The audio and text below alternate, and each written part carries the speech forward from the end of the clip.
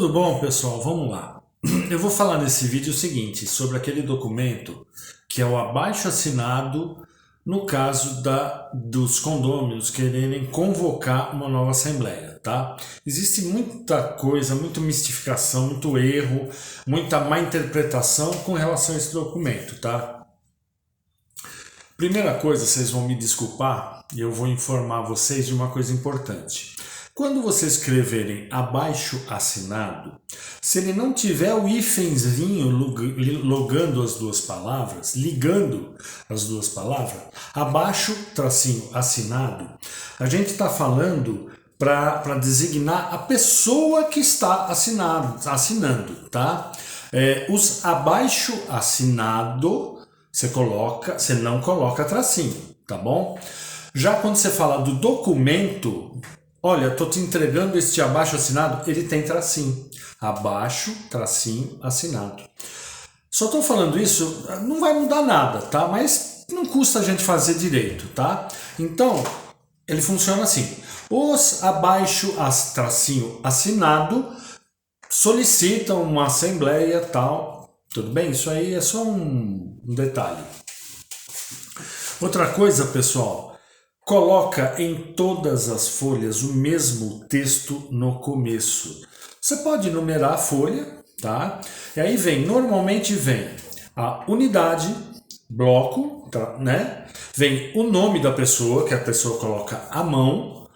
Você pode colocar o nome de todo mundo, se você já tiver, e assina quem assinar. Fica até mais claro, né? Então vem o número da unidade, o nome, CPF da pessoa. Por que CPF? RG é estadual, CPF é nacional. Ninguém vai ter o mesmo CPF, mas eventualmente as pessoas pegam uma pessoa de São Paulo, outra de Minas, é quase impossível, mas pode ter o mesmo RG. Então vem unidade, nome da pessoa, o CPF da pessoa e a assinatura da pessoa, tá bom?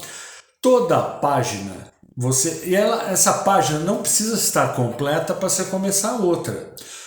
Aquela folha, por exemplo, você coloca para 3 ou 4 condôminos pegarem as assinaturas.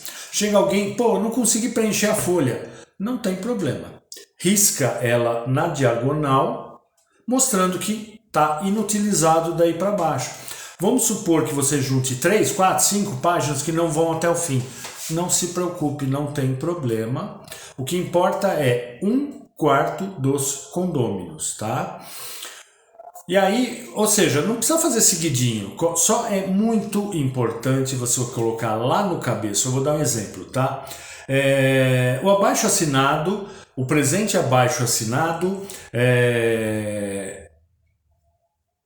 com tracinho, se destina à convocação no dia tal de uma assembleia para a destituição do síndico. Por quê, pessoal? Abaixo-assinado nunca é coisa boa. Nunca é para fazer amigo secreto, soltar balão, fazer fogueira. É sempre bucha. Então, eu estou dando um exemplo normal. Para a destituição do síndico e eventual eleição do próximo síndico. Por que eventual? Pode ser que você naquela assembleia não consiga destituir o síndico. Tá? Faz esse mesmo cabeço, né, em todas as páginas. Por quê? Eu já tive ação que o síndico contestou dizendo que as outras folhas o pessoal assinou sem saber o que era. E ele tem uma certa razão. Não custa, você vai perder umas 3 ou 4 linhas que pode ser assinado. Como não tem limite para a página, eu já tive um abaixo-assinado que só tinha uma assinatura numa folha. Por quê? Faltou o último cara, não tinha mais papel, chegaram lá, o cara assinou a última folha. Risca na diagonal, não tem problema. Então vamos lá. Primeiro lugar, no cabeço tem que ser igual para todas as folhas. Segundo, elas não precisam estar preenchidas. Pode ter quantas assinaturas tiverem. O importante é que tenha 1/4 dos condôminos, tá? Eu acho que assim, com relação ao documento propriamente dito, não tem problema, tá? Só lá no cabeço tente ser o mais claro possível. Destina-se a tal. Aí você vai tirar uma, duas, três cópias disso aí, guarda o original, tá? Não precisa reconhecer firma, não precisa tirar xerox autenticada, não precisa nada disso. Você vai chegar para o senhor síndico, olha, eu queria que o senhor convocasse uma assembleia. Eu acho muito difícil que ele convoque. Volto a dizer, quando tem um abaixo-assinado desse, é só encrenca, tá? Então eu acho muito difícil que o síndico vai assinar. Você tenta na administradora, também não vai dar certo. É difícil dar certo, por quê? Normalmente, quando a administradora vê um negócio desse, ela vai ver que o síndico está com problemas, né? E aí, você sabe aquela história, abraço dos afogados? Ele faz se agarrar ao síndico, e o síndico vai se agarrar à administradora e vão fazer o que for possível e imaginável para vocês não convocar essa assembleia. Porque nessa assembleia, é muito importante deixar bem claro que o síndico, se o síndico estiver presente, não faz diferença. Se a administradora estiver presente nessa assembleia, não faz diferença. Às vezes eles pensam assim, vamos fazer o seguinte, nós não vamos na assembleia e não vai ficar valendo. Filho, em nenhum lugar da lei diz que eles precisam estar presentes. Basta que tenha a quantidade suficiente para votar. Espera aí que nós vamos chegar nisso, tá? Basta duas pessoas estarem nessa assembleia, uma fica de presidente, uma de secretário. Acabou, 3. E os 3 podem votar. Pouco importa se a administradora vai estar ou se o síndico vai estar. Se por acaso eles não apresentarem, não convocarem, eu vou ler para vocês que vocês vão entrar com uma ação pedindo para o juiz para ele determinar você pede para ele determinar uma data, porque ele já vai determinar, porque não tem jeito. Você vai mostrar para ele. Nessa ação você vai colocar a convenção do condomínio, que ele vai ver quantas unidades tem. Você vai colocar o abaixo-assinado, ele vai ver, pô, deu um quarto, não tem jeito, ele vai convocar. Se vai ser rápido ou não, é um outro negócio, tá bom? Muito bem.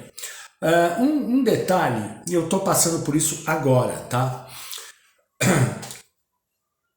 Em 2021, fizeram um abaixo-assinado convocando a assembleia. A administradora e o síndico já inventaram de tudo para não ter essa assembleia, tá? Para começar, quem fez o abaixo-assinado fez algumas pequenas bobagens, tá? Colocou, por exemplo, um menor de idade assinando, tá? Outra coisa, se você tem o marido e a mulher, procura ver no boleto do condomínio se está o homem ou a mulher e coloca o que está no boleto. Se você colocar, por exemplo, é um casal no condomínio, na taxa condominial tá, no boleto da taxa condominial está o marido, mas você sabe, ou ele sabe que os dois são proprietários. Pede para ele assinar. Se tiver no nome, não tem, vai valer de qualquer forma. Ele ou ela assinando, não importa. Vai valer de qualquer forma. Mas se você colocar a pessoa que está lá no boleto, eles não têm como contestar. Teve casos, por exemplo, que a mulher assinou, o marido estava trabalhando, a mulher assinou. Eles se aproveitaram do fato do boleto não estar no nome dela, e contestar. Depois foram obrigados a pedir a matrícula do imóvel e apresentaram um processo. Existem algumas coisas, vocês precisam tomar cuidado para a outra parte não entrar com uma ação e contra vocês. Então, coloquem em todas as páginas o que é a Assembleia. Nessa ação, eles fizeram o seguinte, colocaram só na primeira página. Aí os caras vieram e disseram que eles, nas outras páginas, não sabiam o que estava assinando. Pô, eu vou assinar um papel que eu não sei o que é, mas estava numerado as partes. Felizmente, argumentaram o seguinte: Excelência, como que alguém vai assinar um papel que não sabe o que está assinando? Tá? O juiz teria todo direito de recusar. Por quê? Tá bom, ele assinou, mas ele assinou aquilo que está na primeira página? Nesse caso, o juiz aceitou. Tá? Então, se não coloca menor de idade, pede para assinar quem está com o nome no boleto. E uma coisa muito importante, que eu vou ler para vocês os artigos que falam de abaixo-assinado.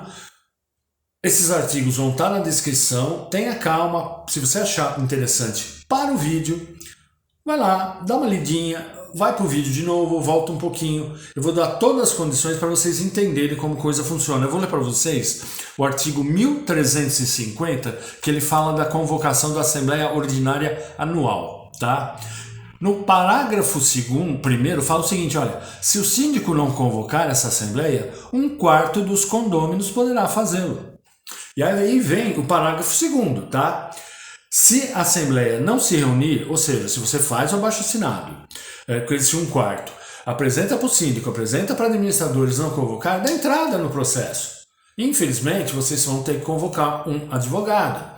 Ele vai cobrar, mas depois essa cobrança vai poder ser cobrada do síndico.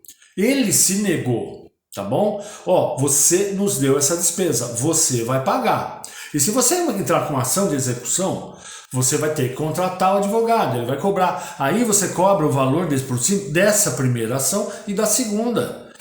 Ele não vai deixar de pagar, o dinheiro não vai sair do bolso de vocês. Pode demorar um pouquinho, mas vocês vão receber, tá bom? E aí vem bom, então essa é para a Assembleia Ordinária, aquela anual.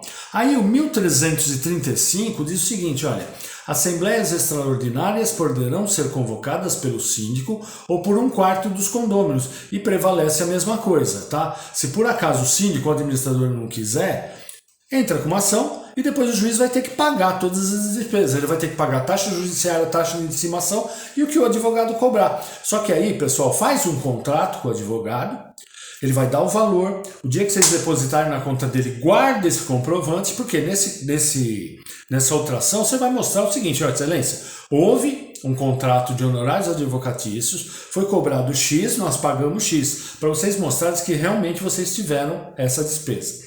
E aí vem uma coisa muito interessante, que nesse processo, eu estou acompanhando o processo, eu fui obrigado a entrar no processo, porque já está em segunda instância, e os advogados não conhecem direito condominial. Direito condominial tem algumas facetas que as pessoas ou não se dão conta, ou não têm a vivência necessária para saber.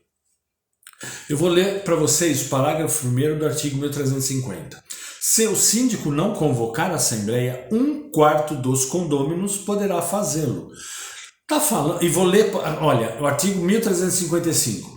Assembleias extraordinárias poderão ser convocadas pelo síndico ou por 1/4 dos condôminos. Aí tá falando se esse condômino precisa estar adimplente? Não, tá falando condômino. Tá falando infração ideal? Não, não tá falando. Tá falando condômino.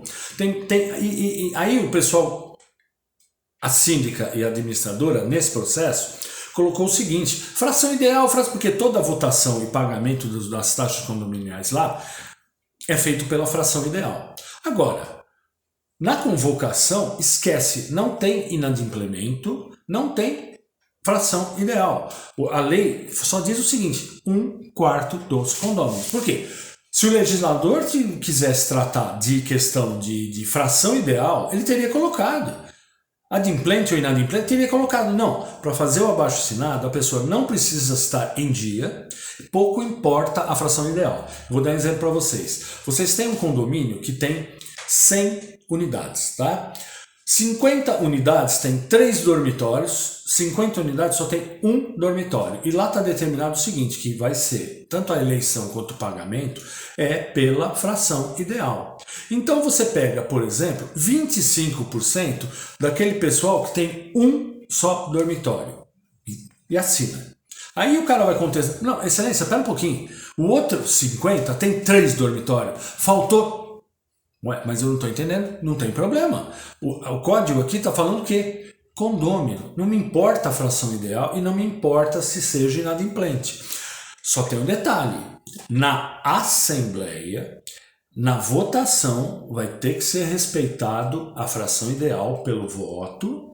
E outra coisa, inadimplente não entra, tá? Eu vou ler para vocês o 1335, que é a única proibição, a única restrição que existe para o condômino inadimplente, que são direitos dos condôminos, inciso 3º.